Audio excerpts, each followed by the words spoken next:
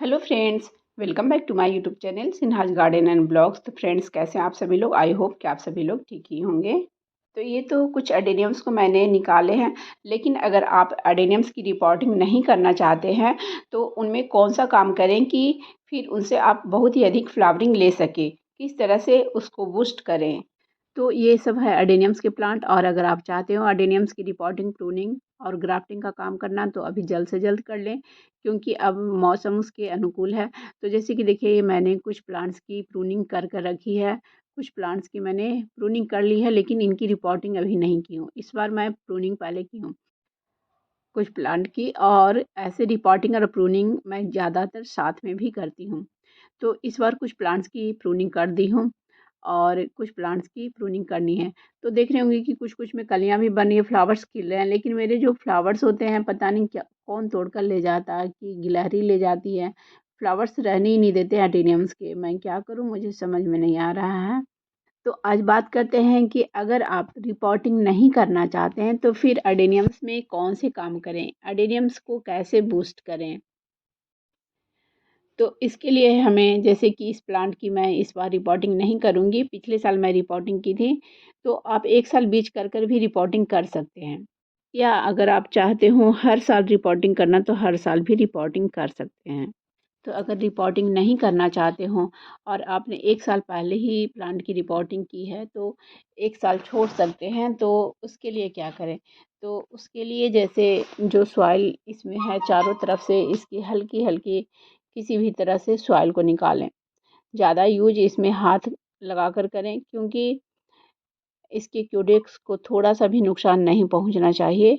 तो ये देखिए, मैं इस तरह से किनारे-किनारे से हटाई हूँ, बाकी फिर इस तरह से हाथ से हटा रही हूँ।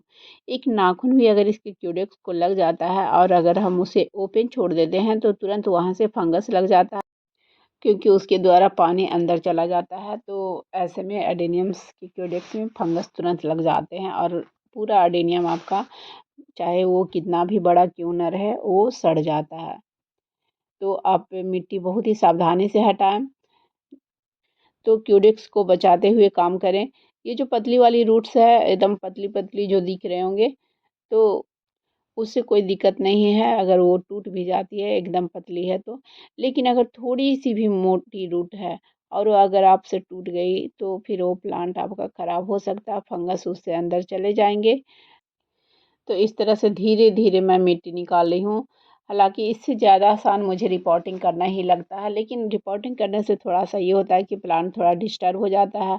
उससे ये दिक्कत होता है कि फ्लावर्स जो हैं तुरंत हमें नहीं मिल पाते हैं। जैसे कि अभी जो इनमें फ्लावरिंग होगी वो हमें नहीं मिल पाते हैं। फिर फ्लावरिंग हमें मिलती है मार्च लास्ट से। की रिपोर्टिंग मैं पिछले साल की थी। वैसे तो मैं हर प्लांट की रिपोर्टिंग हर साल कर ही देती थी, लेकिन ये पॉट बड़ा है और इसमें स्पेस भी मुझे लगा, इसलिए मैं इसकी रिपोर्टिंग नहीं कर रही हूँ। लेकिन मुझे प्लांट को बुश करना है, तो इसलिए इस तरह से 1 से 1.5 इंच तक के सॉइल को आप निकाल लें, धीरे-धीरे। तो जब प्लांट्स पे ये सब काम करने हो तो 2-3 दिन पहले से ही आप पानी देना बंद कर दें, ताकि इसकी मिट्टी सूखी रहे। अगर पानी दे देंगे तो मिट्टी गीली रहेगी, तो फिर आपको निकालना थोड़ा मुश्किल हो जाएगा। और इस प्लांट की मुझे इस बार प्रूनिंग भी नहीं करनी है। अगर आपको प्रूनिंग भी करनी है तो पहले प्रूनिंग कर लें, उसके बाद 1-2 दिन बाद मिट्टी हटाएँ। क्योंकि प्रूनिंग करने के बाद फिर तुरंत पॉट में हम पानी नहीं डाल सकते हैं। तो इस तरह से सॉइल पहले निकाल लें और उसके बाद अब हमें एडेनियम को बूस्ट करना है, तो उसके लिए हमें देना होगा कंपोस्ट। तो हम इसमें कौन-कौन सा फर्टिलाइज़र डालेंगे? ये देखिए, सबसे पहले तो मैं ले ली हूँ ये मिट्टी है एडेनियम्स के लिए जो बनाते हैं, जिसमें कि सैंड, सॉइल सब मिला रहता है, सारी चीज़ मिले हुए रहते हैं, वो है। और फिर हमने लिए हैं यहाँ पे फंजीसाइड्स, जो कि बहुत ही ज़रूरी है। और ये है वर्मी कंपोस्ट और ये है नीम खली। तो 1 से 1.5 मुट्ठी नीम खली एक पॉट में ज़रूर डालें। और ये है राख और गोबर की खाद, पुरानी गोबर की खाद लें। 2 मुट्ठी के आस-पास गोबर की खाद मैंने ली है, जो कि सुखाई हुई है, सुखाकर ही लें। वर्मी कंपोस्ट मैं ऑनलाइन मँगाई थी, तो उसे भी मैं सुखा ली हूँ। सारी चीज़ जो है सुखाई हुई है। तो कोई भी कंपोस्ट हम डालते हैं और इसमें डीएपी के भी कुछ दाने हैं, तो पानी देना हमें तुरंत ज़रूरी होता है। तो इसलिए मैं क्या कर रही हूँ कि जो रूट्स निकले हुए हैं, तो अगर हमें वहाँ पे थोड़ा भी डाउट है कि वहाँ पे थोड़ा-सा नाखून वग़ैरह लग गया हो निकालने में किसी तरह, तो पहले वहाँ पे मैं फंजीसाइड्स लगा देती हूँ। इस तरह से हल्का-हल्का मैं फंजीसाइड्स हर जगह छिड़क दे रही हूँ। तो इसको 1 दिन के लिए मैं छोड़ दूँगी, उसके बाद दूसरे दिन इसमें सॉइल भरूँगी, जो कंपोस्ट हमने बनाया है, क्योंकि उसके बाद हमें पानी डालना होगा। तो आज इसको इस तरह से छोड़ देते हैं और कल इसमें फिर शाम के टाइम में जो कंपोस्ट हमने बनाया है वो डालेंगे और फिर पानी भी डालेंगे। तो जो कंपोस्ट हमने बनाया है उन सभी को पहले मिक्स कर लेते हैं। तो जो सॉइल हमने लिए हैं वो भी बहुत ही कम मात्रा में है, कंपोस्ट से कम मात्रा में थोड़ी-सी सॉइल मिलाकर डालेंगे। तो सभी कंपोस्ट को मिक्स करने के बाद अब ये दूसरे दिन इस तरह से जो कंपोस्ट हमने बनाए हैं, पहले इस तरह से डाल लेंगे और जो हमने डीएपी के दाने डाले हैं, वो एकदम बिल्कुल से किनारे डालेंगे, रूट्स के पास हमें नहीं डालना है, पॉट के किनारे-किनारे डालना है। तो इस तरह से कंपोस्ट हम चारों तरफ से फिल अप कर लेते हैं।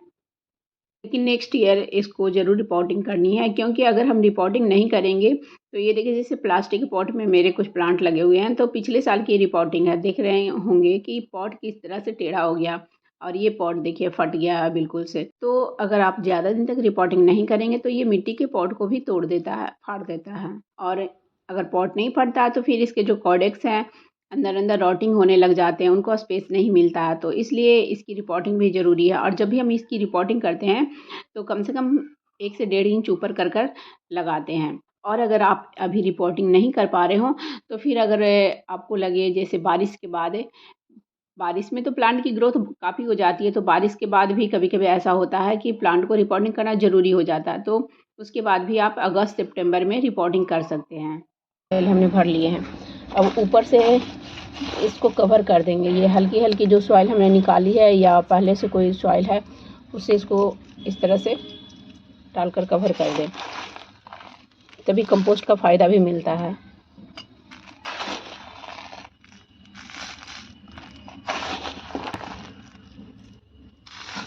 और ये सॉइल भी जैसे हमने कल निकाला था ना ऊपर से, तो ये सूख भी चुकी है। गार्डन सॉइल नॉर्मल नहीं डालना है, जो अर्डेनियम्स के लिए सॉइल हम लोग बनाते हैं वही हमें ऊपर से डालना है। तो अब हमें डालना है पानी, तो पानी सादा नहीं डालें, फंजीसाइड मिलाकर ही डालें।